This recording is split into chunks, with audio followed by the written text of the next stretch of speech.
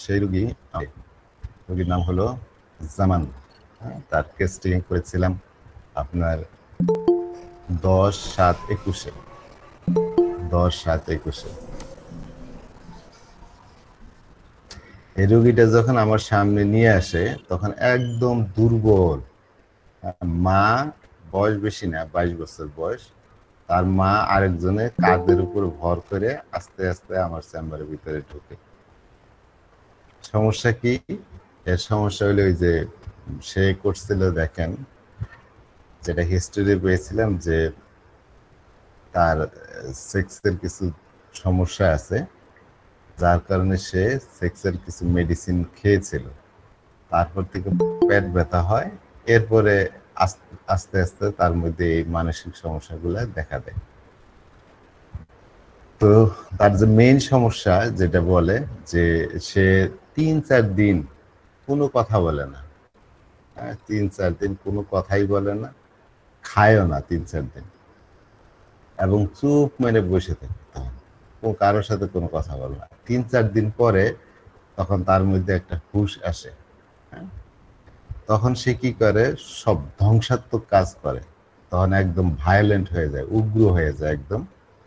ঘরের মধ্যে সে আগুন দিতে চায়, এবং সে একবার আগুন দিয়েছিল।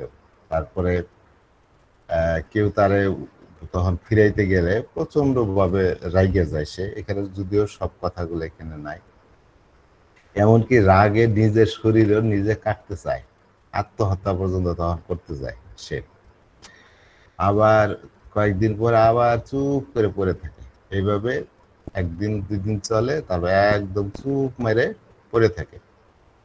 তখন আবার কথা বলে না, খায় না, এইভাবে 3-4 দিন পড়ে থাকে।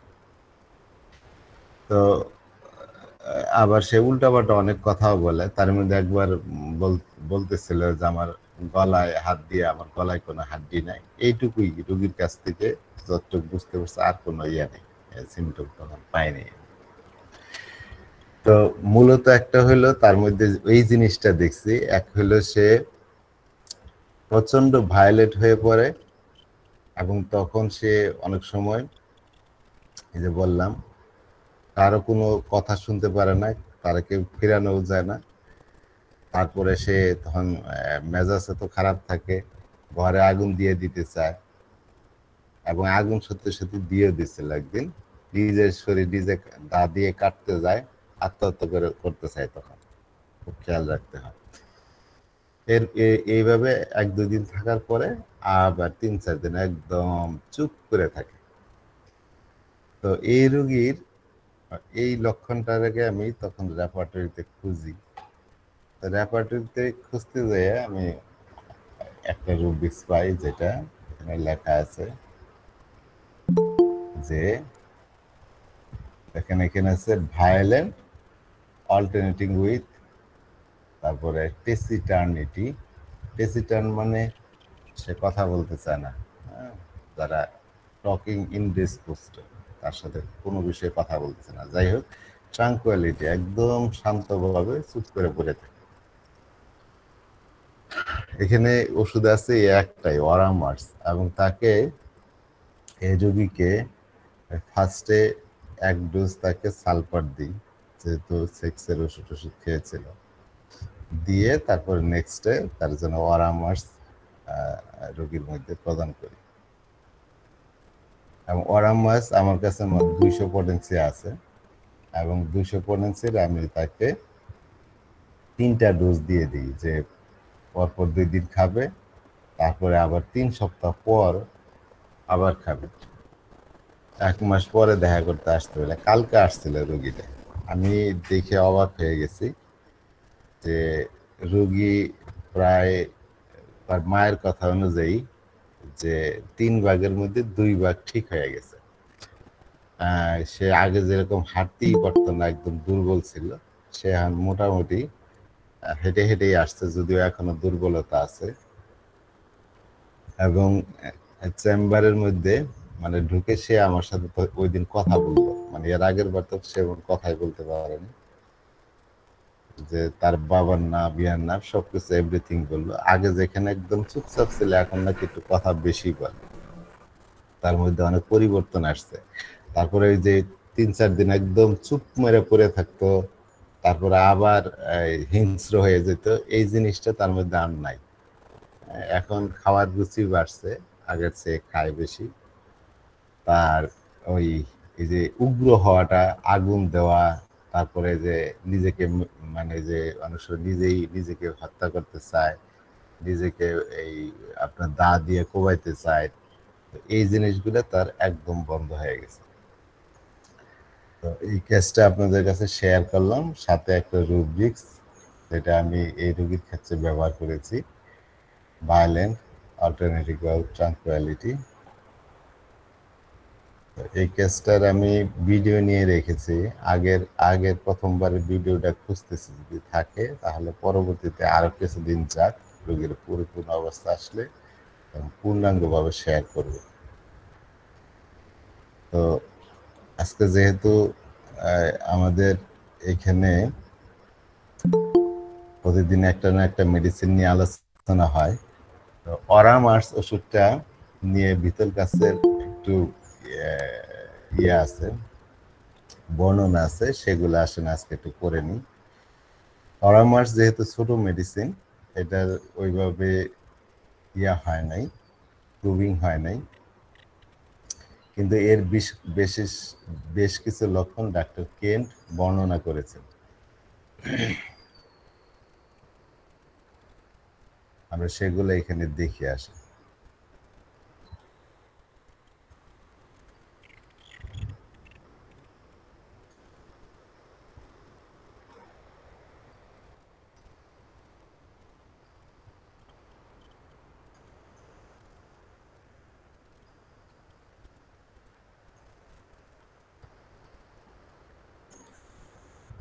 থাকে আমার বিভিন্ন সময়, অনেক সময় ব্যবহার করি বিভিন্ন রোগীতে। আর এই মেডিসিনগুলো সবসময় পাওয়া যায় না, যখন যেখানে পাওয়া যায় ভালো কোনো সোর্স থাকলে ভালো জায়গা থেকে এগুলো সবসময় কিনে রাখি আর কি, সংরক্ষণ করি। তো অরামার্স সম্পর্কে এটা দেখতে পাচ্ছেন তো? জি, আচ্ছা, depression with restlessness specially at night. তো এখানে বলছে, ভিতর কাজ বলছে যে অরামার্সের যে জিনিসটা, ডিপ্রেশন থাকে তাদের মধ্যে, বিমর্ষতা থাকে, স্যাডনেস থাকে, এবং এর সাথে অস্থিরতা থাকে, বিশেষ করে সেটা যদি রাতের বেলা হয়, বিশেষ করে সেটা রাতের বেলা হয়। অরামার্স ওষুধ কিন্তু যেহেতু পূর্ণাঙ্গ প্রুভিং হয় নাই, এটার অনেক লক্ষণই আমাদের অজানা। এই যে এই ওষুধ যদি বেশি ব্যবহার হয় এবং পর্যাপ্ত পরিমাণে আরো প্রুভিং হয়, তাহলে এর আর অনেক লক্ষণই জানা থাকতে হবে। আমি অরামার্স দেওয়ার পরে যে রোগীর যে সমস্যাগুলা, এই যে লক্ষণটা বললাম, একদম একবার উন্মত্ত হয়ে পড়ে, আবার একদম চুপচাপ হয়ে যায়, আবার ওই যে উন্মত্ত অবস্থায় যে নিজের শরীর নিজে কাটতে চায়, আগুন দিতে চায়, এই লক্ষণগুলা অন্য কোথাও বইতে আমি পাইনি। তো তবে সুইসাইডাল থট তো আমরা জানি অরাম গ্রুপের সবার মধ্যেই আছে। তো এগুলো যদি আরো বেশ কিছু রোগীতে যদি অরামাস দেওয়ার পরে যদি দেখা যায় যে এই লক্ষণগুলো চলে যায়, হ্যাঁ, তাহলে ক্লিনিক্যালি এই লক্ষণগুলোর মানে ক্লিনিক্যাল লক্ষণ হিসেবে এটা যোগ হবে যে বেশ কিছু রোগীতে এই লক্ষণ পাওয়া গেছে, তারা মানে নিজেকে নিজে হত্যা করতে চায় এবং ঘরে আগুন দিতে চায়, ধ্বংসাত্মক কাজ করে। তো এগুলা যখন আরো কিছু রোগীতে পাওয়া যাবে, যেগুলো অরামার্স দেওয়ার ফলে তাদের মধ্যে উপকার হয়েছে বা কমে গেছে, তাহলে তখন রেপার্টরিতে ওগুলা যোগ করা যাবে বা ম্যাথামেটিক্যাতে যোগ করা যাবে।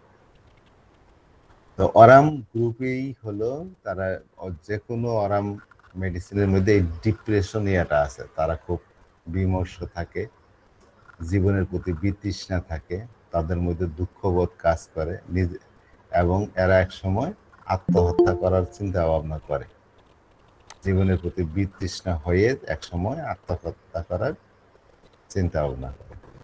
তো অরামার্সের একই সাথে ডিপ্রেশন, সাথে রেস্টলেসনেস, দেখা যায় এই ডিপ্রেশনের কারণে তারা রাতের বেলায় অস্থির থাকে, তাদের মধ্যে স্থিরতা থাকে না। এবং এই লক্ষণটাকেই ভিতলকাস মেইন মানে লক্ষণ হিসেবে পরামর্শে চিহ্নিত করেছেন।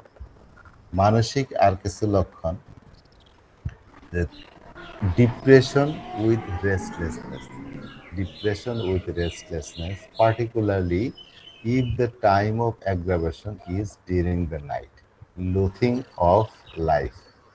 তাহলে পরামর্শের যে মানসিক মেইন সমস্যাটা, তার মধ্যে বিমর্ষতা থাকে, স্যাডনেস থাকে, এবং এই স্যাডনেসের সাথে একই সাথে তার মধ্যে আমরা দেখি সে কোনো স্থানে স্থিরভাবে থাকতে পারে না, অস্থির থাকে, রেস্টলেস থাকে।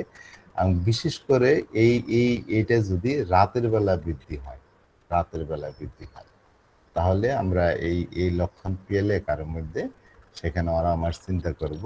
এবং একই সাথে তার জীবনের প্রতি কি থাকে, বিতৃষ্ণা থাকে, loathing of life.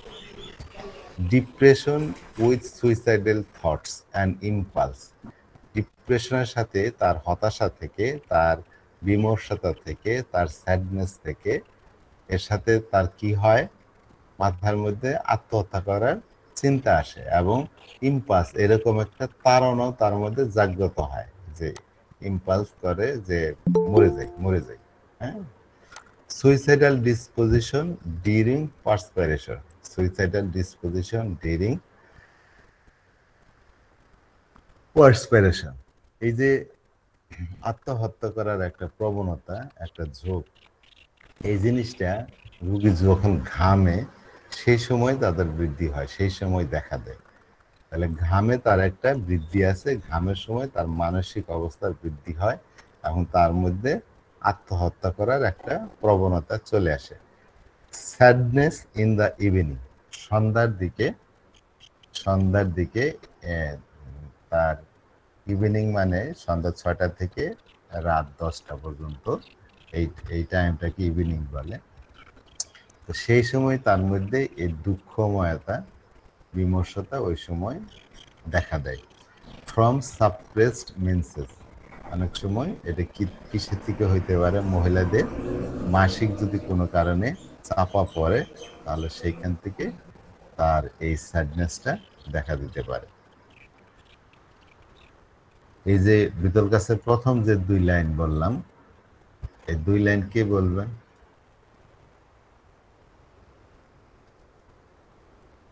Hannan sir বলেন।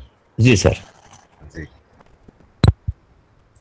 আলহামদুলিল্লাহ স্যার, আপনি আজকে সুন্দর একটা ওষুধ আমাদের সামনে নিয়ে আসছেন, সেটা হলো অরাম আস। এটার নাম এর আগে শুনেছি যদিও, কিন্তু এর কার্যকারিতা সম্পর্কে আমার জানা ছিল না স্যার। আপনার মাধ্যমে জানতে পারলাম, যেটা আমরা খুবই মানে আগ্রহী হচ্ছে ওষুধটা সম্পর্কে। এখানে প্রথমে বলা হচ্ছে ডিপ্রেশন উইথ রেস্টলেসনেস, এরা সবসময় একটা এই হতাশায় ভোগে এবং অস্থির থাকে, স্থির থাকতে পারে না, এবং শারীরিকভাবে এবং মানসিকভাবে উভয়ভাবে স্থির থাকতে পারে না। Particularly if the time of the aggravation is during the night and loathing of life, এবং বিশেষ করে যদি এই রেস্টলেসটা বা এই হতাশাটা যদি রাতে হয়, তাহলে তাদের এই বৃদ্ধির সাধারণত রাতে বেশি হয় স্যার। তারপর জীবনের প্রতি তাদের হতাশা বা বিতৃষ্ণা সৃষ্টি হয়, নিজেরা নিজের জীবনকে নিজে আত্মহত্যা করতে চায়, কিংবা নিজেকে মৃত্যুর দিকে ঠেলে দিতে চায়। Depression with the suicidal throughout and impulse, depression with the suicidal মানে আত্মহত্যা কথা প্রবণতা সহ তারা চিন্তা করে ইম্পালস মানে কি স্যার? আচ্ছা, ইম্পালস যেটা বললাম, তাড়না, হঠাৎ মনের মধ্যে থেকে একটা তাড়না। মনে করেন এই যে সামনে কি আছে, এই ধরেন কারেন্টের লাইন আছে, হ্যাঁ, আমার মধ্যে আসতেছে যে এখানে হাত দিলে কি হবে, দেই একটু হাত দেই, মনের থেকে এরকম আসতেছে। এই যে মনের থেকে যে তাড়না একটা আসে, হ্যাঁ, অনেক সময় হাতের মধ্যে আপনার ছুরি আছে, অনেক আছে না, ছুরি দেখলে মাথার মধ্যে নানান এরকম তাড়না চলে আসে যে নিজের শরীর কেটে ফেলি এরকম, বা দেখবেন এই যে বেশ কিছু মেডিসিনে আছে যে জি ছুরি স্যার। হাতে পেলে তখন অনেকের আত্মহত্যা করতে বা কাউকে খুন করে ফেলে তাড়না জাগে বা কাউকে ছুরি মারে তাড়না জাগে, এটা বেশ কিছু ওষুধে আমরা পড়েছি। জি স্যার। জি। তো এটা তারপর একটু তার জি, যে তারপর এরকম সুইসাইড। সুইসাইডাল তাড়না থাকে তার মধ্যে। জি স্যার। শেষ তার এই সময় পারস্পিরেশন অর্থাৎ ঘর্ম, আহ, ঘাম হয় তাদের। তারপর স্যাডনেস ইন ইভিনিং, সন্ধ্যার দিকে তারা খুব বিমর্ষ দুঃখিত থাকে। ফ্রম সাপ্রেসড মেন্সেস, বিশেষ করে মহিলাদের ক্ষেত্রে যদি তাদের ঋতু সাপ্রেসড হয়, বাধাপ্রাপ্ত হয় কিংবা অবদমিত হয়, তাহলে তারা খুব দুঃখিত থাকে আচ্ছা, স্যার। ঠিক আছে স্যার। তো দেখেন, এংরি অ্যাবাউট হিমসেলফ, তার রাগ নিজের উপরেই থাকে, নিজের উপরে রাগ এবং আদার্স, অন্যদের উপরে রাগ। তো রাগ খুব বেশি, এবং এই রাগটা নিজেকে নিয়েও হয়। আর নিজের কোনো ব্যাপারে যে বলে না, নিজের উপরে নিজের মেজাজ খারাপ হয়ে যেতেছে। আর অন্যদের ব্যাপারেও, অন্যদের নিয়েও তারা এরকম প্রচন্ড সে অ্যাংরি থাকে, রাগান্বিত থাকে। He is critical of himself, নিজেই নিজের খুব সমালোচনা করে। এই হ্যাঁ, যে নিজের দোষে নিজের, আমি এই কাজটা কেন করতে গেলাম, নিজের দোষ নিজেই বলে, নিজেরই সমালোচনা করে, নিজের প্রতি বিতৃষ্ণা, নিজের প্রতি রাগ। এছাড়াও constantly finds fault with others, সে সবসময় যেহেতু ক্রিটিক্যাল, সে থাকে কি মানে খুব সমালোচক, সে সবসময় অপরের দোষ খুঁজে বেড়ায়, সবসময় অপরের দোষ খুঁজে বেড়ায়। Anger that turns inwards becomes self destructive, তার রাগ অনেক সময় নিজের দিকেই আবর্তিত হয়। হ্যাঁ, রাগ নিজের দিকেই আবর্তিত হয় এবং তখন তারা সেলফ ডিস্ট্রাকটিভ হয়ে যায়, মানে নিজেকেই সে ধ্বংস করতে চায়। হ্যাঁ, নিজের প্রতি সে ধ্বংসাত্মক হয়ে পড়ে। ওই রোগীর সাথে এই লক্ষণের মিল ছিল। সে তখন রাগ উঠে নিজেরই নিজে দা দিয়ে কাটতে যেত, অন্যজনকে ফিরে রাখতো তাকে। কন্ট্রাডিকশন ইজ ইনটলারেবল, এই রুগী আর্সেনিক কি বলে অরামার্সের রুগী কোনো ধরনের কন্ট্রাডিকশন, তার বিপরীত সে সহ্য করতে পারে না। সে হয়তো কোনো একটা কাজ করতে গেছে, সেই কাজের যদি কেউ বিপরীত কেউ বাধা দেয়, বা সে যদি কোনো একটা মত পোষণ করছে, তার মতের যদি কেউ বিরোধিতা করে, তাহলে সেটা তার সে সহ্য করতে পারে না। And will anger them very much, তখন তাদের প্রতি সে প্রচন্ডভাবে রেগে যায়, তাদের প্রতি প্রচন্ডভাবে রেগে যায়। তাহলে পরামর্শের আরেকটা লক্ষণ হলো রাগ, প্রচন্ড রাগান্বিত হয়ে ওঠা। সেটা এমনকি অপরের প্রতি তো রাগ হয়ই, এবং নিজের প্রতিও রাগ হয়।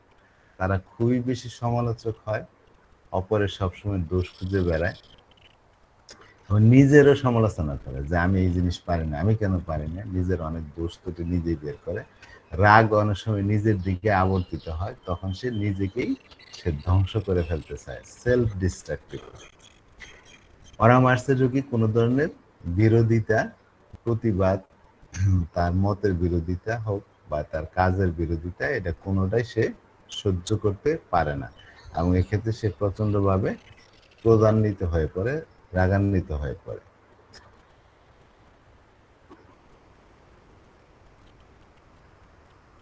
হার্ড ইন্ডিভিজুয়াল, এই ধরনের ব্যক্তিরা থাকে কঠোর প্রকৃতি।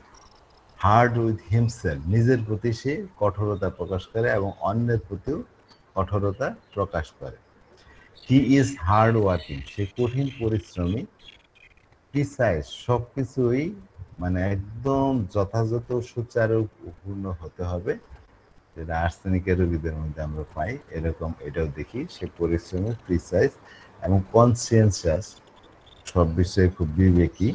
বাট উইদাউট মেনি ফিলিংস, এবং তার মধ্যে আবার অনেক ধরনের ফিলিংসও থাকে না, অনুভূতি থাকে না।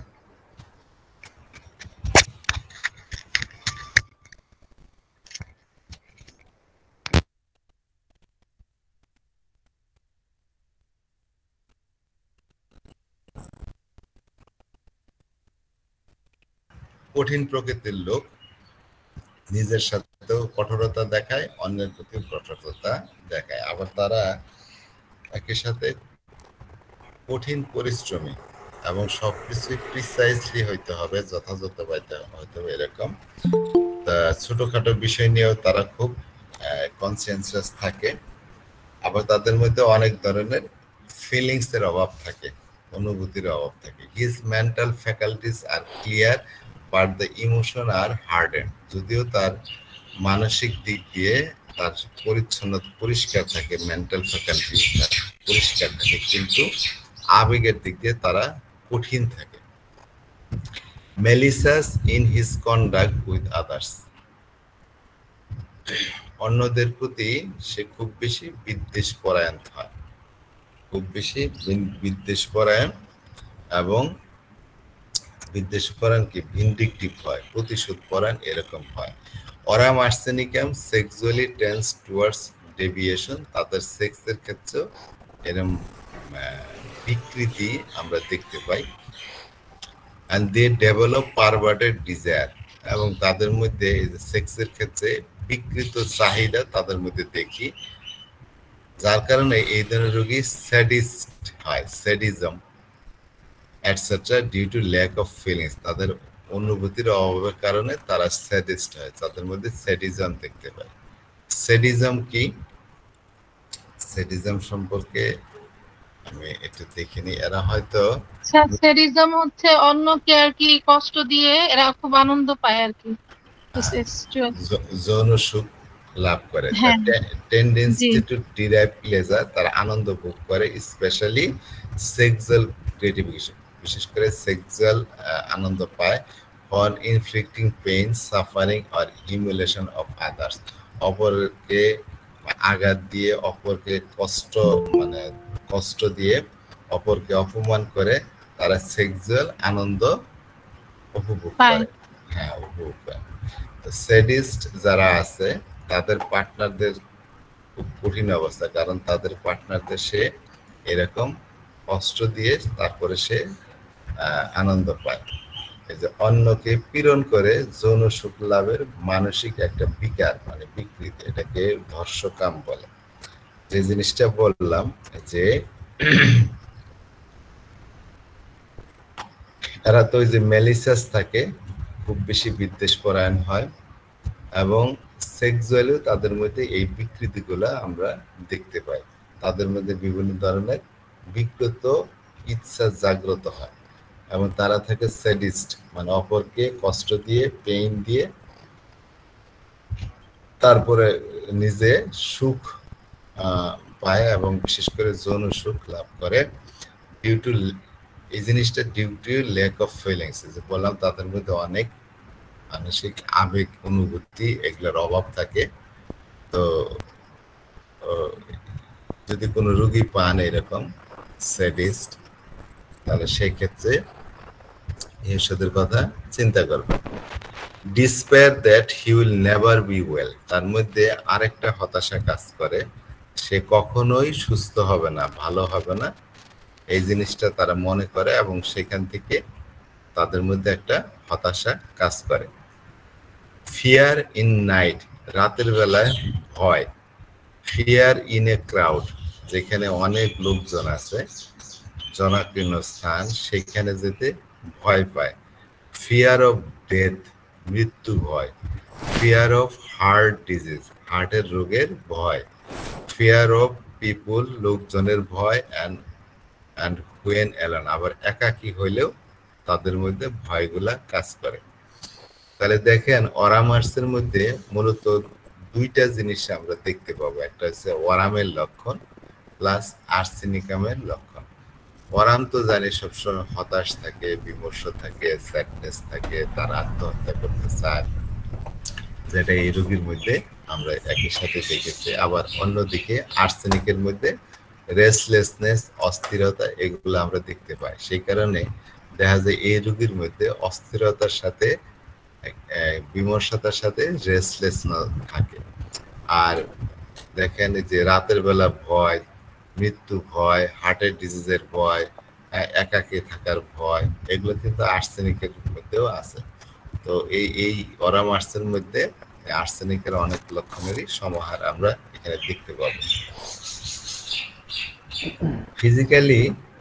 ফিজিক্যাল যদি লক্ষণ দেখি, সেখানে অনেক ক্যান্সারের রোগীদের মধ্যে ক্যান্সারাস অ্যাফেকশন, ম্যালিগনেন্সিস, অনেক ক্যান্সারাস অবস্থার মধ্যে যেখানে ম্যালিগনেন্ট অবস্থা, মারাত্মক অবস্থা, সেখানে এটার ব্যবহার আছে। ইপিথেলিয়াল যে সেলগুলো আছে, ইপিথেলিয়াল সেলের টিউমার, ইপিথেলিয়ামা। তারপরে ক্যারিজ অফ দ্য বোন, হাড়ের যদি ক্ষয় হয়ে যায়, হাড়ের ক্ষত হয়। ক্যান্সার অফ দ্য মেমি, ব্রেস্টের ক্যান্সার, সেখানে এই ওষুধের ব্যবহার আসতে পারে। Induration in gland, cancerous induration, এর হচ্ছে বিভিন্ন ধরনের গ্ল্যান্ডগুলা শক্ত হয়ে যায় এবং সেগুলা ক্যান্সারাস থাকতে পারে।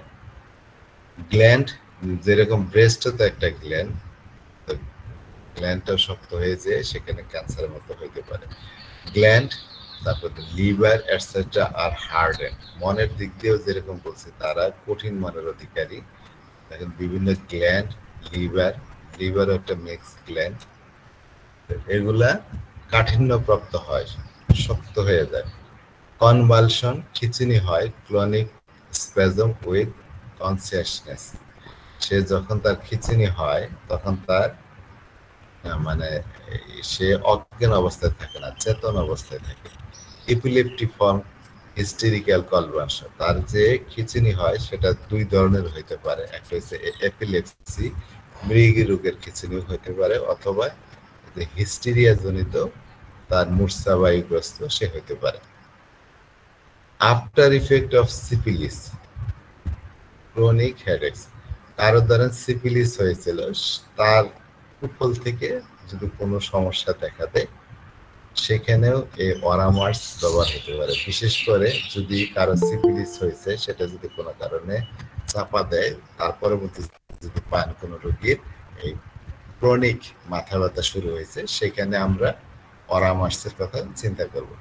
ডিজায়ার টু লাই ডাউন, সবসময় শুয়ে থাকতে চায়, but lying brings on great restlessness, কিন্তু শুইতে গেলেও তার মধ্যে অনেক অস্থিরতা চলে আসে।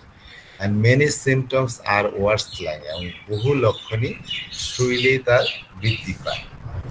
রেস্টলেসনেস অ্যাট নাইট, অ্যাংশাস, এই অস্থিরতা রাতের বেলায় বৃদ্ধি পায় এবং তারা অ্যাংশাস হয়ে পড়ে, উদ্বিগ্ন হয়ে পড়ে। Persistent cater of bloody purulent offensive discharge, তার পারসিস্টেন্ট ক্যাটার মানে সর্দির মতো শ্লেষ্মা স্রাব হইতে পারে তার, এবং এই স্রাবটা কিরকম হবে? রক্তময় হবে, ব্লাডি হবে, পুরুলেন্ট হবে, পুজের মতো হবে এবং খুব দুর্গন্ধযুক্ত হবে।